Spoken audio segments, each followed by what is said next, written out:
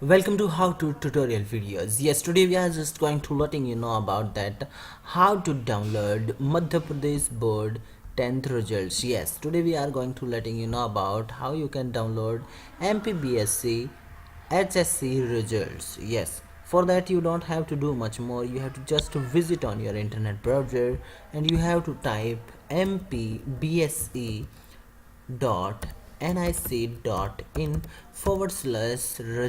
dot htm. Yes, you have to visit out there and you have to click on the link shows how high school 10th examination results. When you click on that, you will be asked about your roll number. Enter your roll number over here, and after that you will be asked about your application number. Type your application number and click on submit button. Yes, you will find all the details on your admit card and your registration certificate too. You can download your result by that. Link will be also in the description below. You can check out directly from there. Hope you understand that how you can download MPBSE HSC results online on mobile, laptop, computer.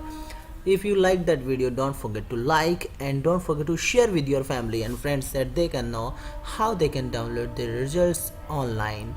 If you want to be with us and keep learning like that, don't forget to subscribe and hit bell icon for get more videos like that. Be with us, keep learning.